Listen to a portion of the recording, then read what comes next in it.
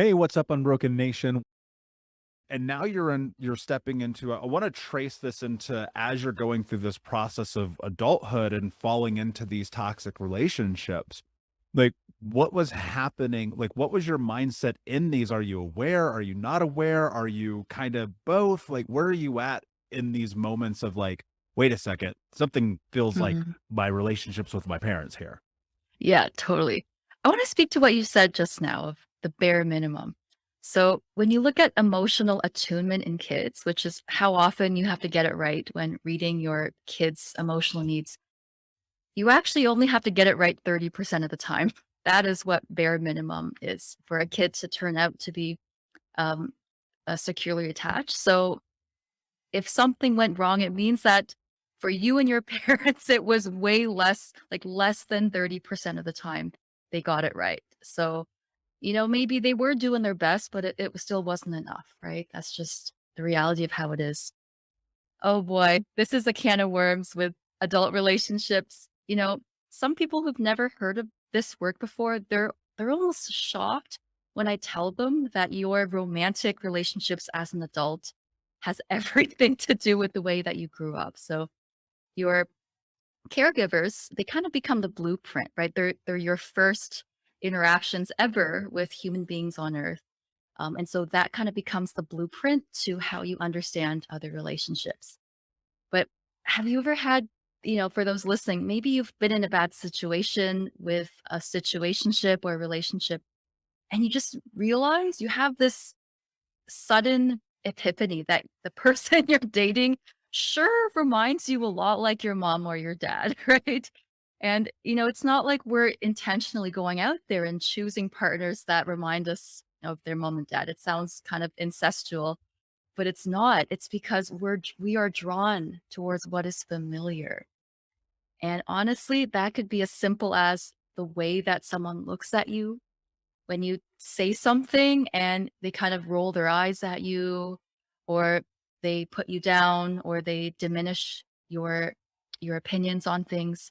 Little things that even though they might hurt you, they ring kind of a bell in the back of your brain saying, "Oh, this is familiar," right? "Oh, we know what this is all about." And we actually develop attraction towards people like that, which is kind of messed up, but it's kind of how it works. Yeah, and in that, what did you notice about that experience for yourself? Because what I found myself, I had this moment where I was in this relationship with someone, I was like 24 years old, and it was so incredibly emotionally volatile. Mm. And it just one day just kind of hit me. It was like a smack to the face. I was like, oh shit, I'm dating my mom. There it is, right? I hear that all the time. Yeah, my case, I was dating my dad, and the pattern, I'm not sure what the pattern was in that relationship for you, but one of my patterns was I was always drawn towards people who couldn't choose me, right? So they were either in another relationship, they were emotionally unavailable, they were more of an avoidant or narcissistic type of person. And I couldn't even talk to anyone about this because I was a high achiever. I was, super successful in my career, my business. And so, if anyone knew I sucked at relationships, it just felt like this huge, shameful thing to me. But I literally dated this guy for over a year. And at the end of that year, still refused to call me his girlfriend. And it was the same time that a lot of other things were happening. I just felt like everyone was just slamming their door in my face. And it was like, wow, like this is my dad, right? Like my dad who I always felt like I just couldn't quite get enough love and affection from, who I was just never good enough for. And I ended up finding relationships where I could not be good enough for my partners. And it was just a cycle. So yeah, you dated your mom, I dated my dad.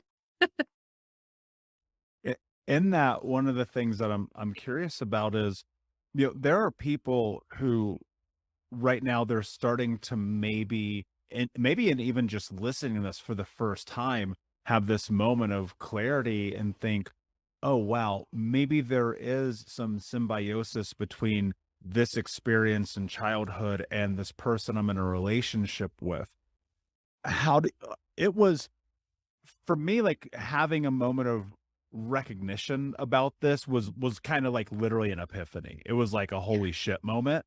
But how can somebody know, was that the same for you? I'm trying to like draw a path for people Mm. to create a foundational understanding of being able to recognize whether or not they may be in a similar situation as what we used to be in.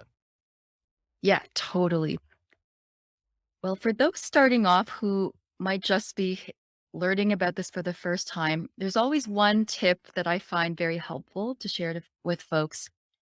And it's to look at the relationship you're currently in or look at past relationships and to actually identify how is it that the other person makes me feel, right? How do I actually feel when I'm around this person? And I've gotten a range of different answers of I feel unimportant to all these people I date. I never feel like I get enough attention. Um, I never feel like I'm enough, or I feel like I'm too much. I feel like I can't commit to them, right? There's always some common denominator of the way that you actually feel in that relationship. And then to tie that feeling with someone from your past who also made you feel the same way.